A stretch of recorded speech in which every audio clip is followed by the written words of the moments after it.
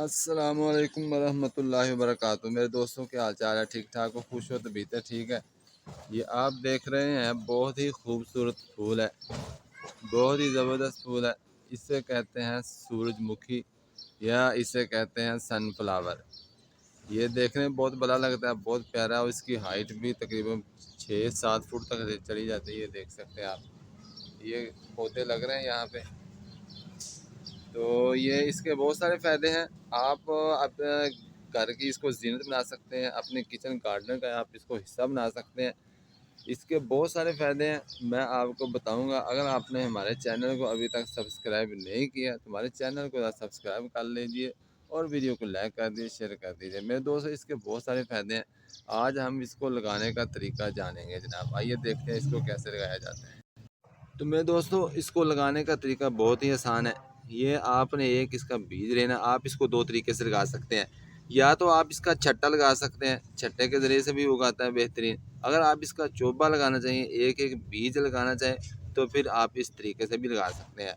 और दो तरीके से, एक तो ये है कि आप पहले इसको छट्टा लगा लें, बीज लगा लें, बाद में इसको पानी दे लें, या आप पहले पानी दे लें, बाद में आप इसका छट्टा भी लगा सकते हैं और इसको चोबा भी लगा सकते हैं। ये मैं यहाँ इसलिए लगाने लगा हूँ कि ये जो आपको यहाँ पे नज़र आ रही हैं, ये फलियाँ, देसी फलियाँ हैं। जब ये बड़ी होती हैं तो फिर ये नीचे गिर जाती है। जब इनको फल लगता है, ये नीचे गिर जाती हैं और इनको सपोर्ट की ज़रूरत होती है। तो यहाँ पे मैं इसलिए यहाँ पे लगा रहा हूँ। ये आपके सामने ये देख लीजिए कि जब ये बड़ी हो जाएंगी ना, तो फिर ये इसके साथ साथ ये भी, इसका पौधा भी यहाँ पे बड़ा होता जाएगा।